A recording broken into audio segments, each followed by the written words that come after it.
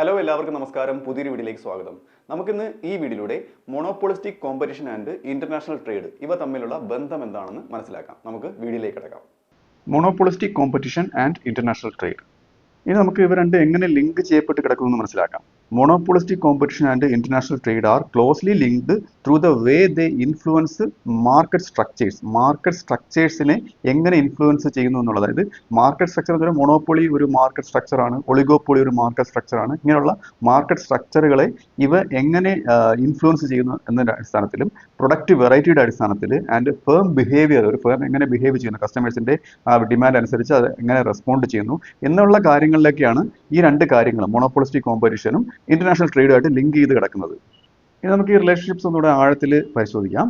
ഒന്നാമത്തേത് monopolistic competition basics. ഇതിൽ വരുന്നത് in monopolistic competition many firms cell similar but differentiated products. ഈ monopolistic competition വരുന്നത് ഒരുപാട് ഫേമും സിമിലർ പ്രൊഡക്റ്റ് ആണ്, പക്ഷേ ഡിഫറൻഷിയേറ്റഡ് ആയിട്ടുള്ള പ്രൊഡക്ട്സ് ആണ് സെല്ല് ചെയ്യുന്നത്. എന്ന് വെച്ച് കഴിഞ്ഞാൽ ഇപ്പം ഉദാഹരണം brand of shoes or smart phones. ഇപ്പോൾ ഷൂസിൻ്റെ കാര്യത്തിലായാലും സ്മാർട്ട് ഫോൺസിൻ്റെ കാര്യത്തിൽ സ്മാർട്ട് ഫോൺസിൽ ഇപ്പം സാംസങ് ഉണ്ട്, വിവോ ഉണ്ട്, ഒപ്പോ ഉണ്ട്. അപ്പോൾ എല്ലാവരും സ്മാർട്ട് ഫോണാണ് സെല്ല് ചെയ്യുന്നുണ്ടെങ്കിലും ഡിഫറൻഷിയേറ്റഡ് ആണ്, അതിൻ്റെ ഫീച്ചേഴ്സ് ഒക്കെ വ്യത്യാസപ്പെട്ടിരിക്കുന്നു. അപ്പോൾ ഇത് ഇതിനൊരു ഫീച്ചറാണ്. അടുത്തത് firms have some market power because of product differentiation. അതായത് പ്രൊഡക്റ്റ് ഡിഫറൻസിയേഷൻ ഉള്ളത് കൊണ്ട് ഫേംസിന് മാർക്കറ്റ് പവർ ഉണ്ടാവും. ഉദാഹരണത്തിന് സാംസങ്, ആപ്പിൾ, ഐഫോണിനൊക്കെ ഒരു മാർക്കറ്റ് പവർ ഉണ്ടാവും ഡിഫറൻഷിയേറ്റഡ് പ്രൊഡക്റ്റ് ആയതുകൊണ്ട്. Okay, there is free entry and exit in the market. അതായത് മാർക്കറ്റിൽ ഫ്രീ എൻട്രി ആൻഡ് എക്സിറ്റ് ആണ്. എന്ന് വെച്ച് കഴിഞ്ഞാൽ ഏത് ഫേമിന് വേണമെന്നുണ്ടെങ്കിലും ആ ഇൻഡസ്ട്രിയിലേക്ക് കടന്നു വരാം, ഫോൺ സെല്ല് ചെയ്യാം.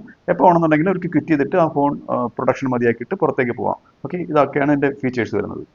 അടുത്തത് രണ്ടാമത്തേത് how international trade fits in when countries engage in international trade under monopolistic competition. അതായത് മോണോപോളിസ്റ്റിക് കോമ്പറ്റീഷൻ്റെ അണ്ടറിൽ രാജ്യങ്ങൾ തമ്മിൽ ഇന്റർനാഷണൽ ട്രേഡിൽ ഏർപ്പെടും. അപ്പോൾ ഇതുമായിട്ട് രാജ്യങ്ങൾ എങ്ങനെയാണ് സ്യൂട്ടായിട്ട് പോകണമെന്നുള്ളത്. അപ്പം സെവറൽ കീ തിങ്സ് ഹാപ്പൻ. അത് ഇങ്ങനെ വരുമ്പോഴത്തേക്ക് കുറച്ച് പ്രധാനപ്പെട്ട കാര്യങ്ങൾ സംഭവിക്കുന്നു. അതിൽ ഒന്നാമത്തേത് ഇൻക്രീസ്ഡ് പ്രൊഡക്റ്റ് വെറൈറ്റിയാണ്. ഒരുപാട് വെറൈറ്റീസ് ഓഫ് പ്രൊഡക്റ്റ് ഒരു രാജ്യത്തിന് ലഭ്യമാകുന്നു മറ്റു രാജ്യങ്ങളിൽ നിന്ന്. ആ ഒരു ഇന്റർനാഷണൽ ട്രേഡ് വരികയല്ലേ. അപ്പോഴത്തേക്ക് ഇതിൽ വരുന്നത് consumers gain access to a wider range of differentiated products from abroad ആണ്. ഞാൻ പറഞ്ഞ പോലെ വളരെ വ്യത്യസ്തങ്ങളായിട്ടുള്ള പ്രൊഡക്ട്സ് അബ്രോഡിൽ നിന്ന്, വിദേശത്ത് നിന്ന് രാജ്യത്തിന് കിട്ടുകയാണ്. ഓക്കെ, അപ്പം ഇത് എടുത്തു പറയേണ്ട ഒരു കാര്യമാണ്. അടുത്തത് this improves consumer welfare because people value variety. അതായത് ആൾക്കാർ വെറൈറ്റി, വ്യത്യസ്തങ്ങളായ ഉൽപ്പന്നങ്ങൾക്ക് വാല്യൂ ചെയ്യുന്നത് കൊണ്ട്, അവരതിന് വില കൊടുക്കുന്നത് കൊണ്ട് അവർക്ക് കൺസ്യൂമേഴ്സിന് ആ ഒരു കൺസ്യൂമർ വെൽഫെയർ എന്നൊരു സാധനമുണ്ട്. അതായത് ആൾക്കാർക്ക് ഇഷ്ടംപോലെ ചോയ്സസ് ഓഫ് പ്രൊഡക്ട്സ് അവൈലബിൾ ആവുന്ന ഒരു അവസ്ഥ. അപ്പോൾ ഇത് വർദ്ധിക്കുകയാണ് ചെയ്യുന്നത്.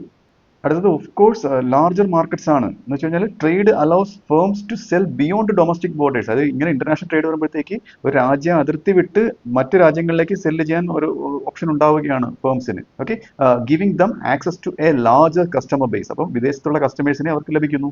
This can lead to economics of scale. Economics of scale അതായത് reducing the average cost by increasing the output. കൂടുതൽ സെല്ല് ചെയ്തിട്ട് ആവറേജ് കോസ്റ്റ് കുറയ്ക്കുന്ന ഒരു എക്കണോമിക്സ് ഓഫ് കൂടുതൽ സെല്ല് ചെയ്യുമ്പോൾ കിട്ടുന്ന ബെനിഫിറ്റ്. അപ്പോൾ ഇത് അവർക്ക് കിട്ടുന്നു. As firms can produce more at a lower average cost. Okay, ഈ ലോവർ ആവറേജ് കോസ്റ്റിൽ വിൽക്കാൻ കഴിയുന്നതുകൊണ്ട്. അടുത്തത് മോർ കോമ്പറ്റീഷൻ ആണ്. എന്ന് വെച്ച് കഴിഞ്ഞാൽ domestic firms now face competition from foreign firms. ഇപ്പോൾ ഫോറിൻ ഫേംസുമായിട്ട് ഡൊമസ്റ്റിക് ഫേംസ്, അതായത് രാജ്യത്തിനകത്തുള്ള ഫേംസ് വിദേശത്തു നിന്നുള്ള ഫേംസുമായിട്ട് മത്സരത്തിൽ ഏർപ്പെടുകയാണ്.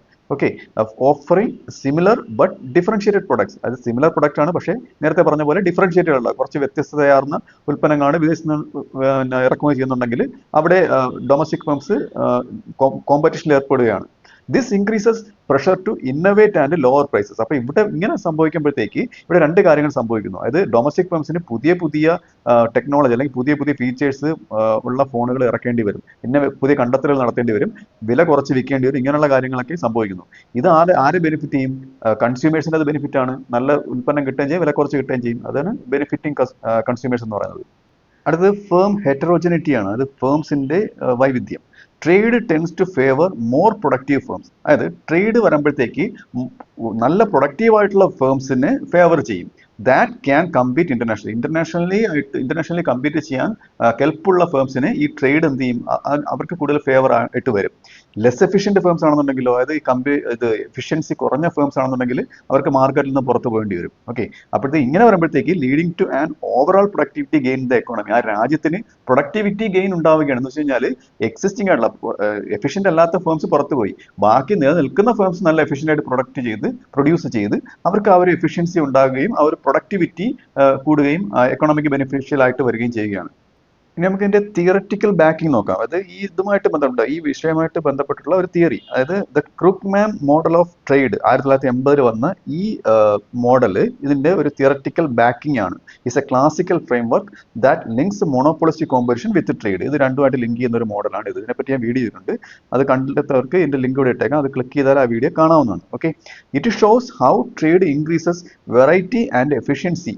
അത് ഇത് കാണിക്കുന്നത് എന്താണ്, ഈ ട്രേഡ് വെറൈറ്റിയും എഫിഷ്യൻസിയും എങ്ങനെ വർദ്ധിപ്പിക്കുന്നു എന്നുള്ളതാണ്. Without relying on comparative advantage. Comparative അഡ്വാൻറ്റേജിൽ റിലൈ ചെയ്യാതെ ഇതെങ്ങനെ വെറൈറ്റിയും എഫിഷ്യൻസിയും വർദ്ധിപ്പിക്കുന്നു എന്നുള്ളതാണ്. കമ്പാരിറ്റീവ് അഡ്വാൻറ്റേജ് എന്ന് പറയുന്നത് ഇപ്പോൾ ഒരു രാജ്യത്തിനോ അല്ലെങ്കിൽ ഒരു ബിസിനസ്സിനോ ഏറ്റവും കുറച്ച് ഓപ്പർച്യൂണിറ്റി കോസ്റ്റ് വെച്ചിട്ട് ഏതൊക്കെ ഉൽപ്പന്നങ്ങൾ ഉണ്ടാക്കാൻ കഴിയുമെന്നുള്ളത് അതാണ് ഈ കമ്പാരിറ്റീവ് അഡ്വാൻറ്റേജ് എന്ന് പറയുന്നത്. ചുരുക്കി പറഞ്ഞാൽ ഇത്രയേ ഉള്ളൂ. International trade under monopolistic competition leads to greater productive variety. ഇങ്ങനൊരു കണ്ടീഷൻ വരുമ്പോഴത്തേക്ക് ഒരുപാട് പ്രൊഡക്റ്റ് വെറൈറ്റി ഉണ്ടാവും, ലോവർ പ്രൈസസ് സംഭവിക്കും, ലാർജ് സ്കെയിൽ ഓഫ് പ്രൊഡക്ഷൻ ഉണ്ടാവും, ആൻഡ് ഹയർ കോമ്പറ്റീഷൻ, രാജ്യങ്ങൾ തമ്മിലുള്ള കോമ്പറ്റീഷൻ വർദ്ധിക്കും. All of which tend to improve consumer welfare. എല്ലാം ഏതിലേക്കാണ് നയിക്കുന്നത്? കൺസ്യൂമറിന്റെ വെൽഫെയറിലേക്ക് നയിക്കുന്നു ആൻഡ് എക്കണോമിക് എഫിഷ്യൻസിയിലേക്കും നയിക്കുന്നു. അപ്പോൾ ഈ വീഡിയോ നിങ്ങൾക്ക് മനസ്സിലായെന്ന് വിശ്വസിക്കുന്നു. അടുത്ത വീഡിയോയുടെ മറ്റൊരു വിഷയമായി വീണ്ടും കാണാം.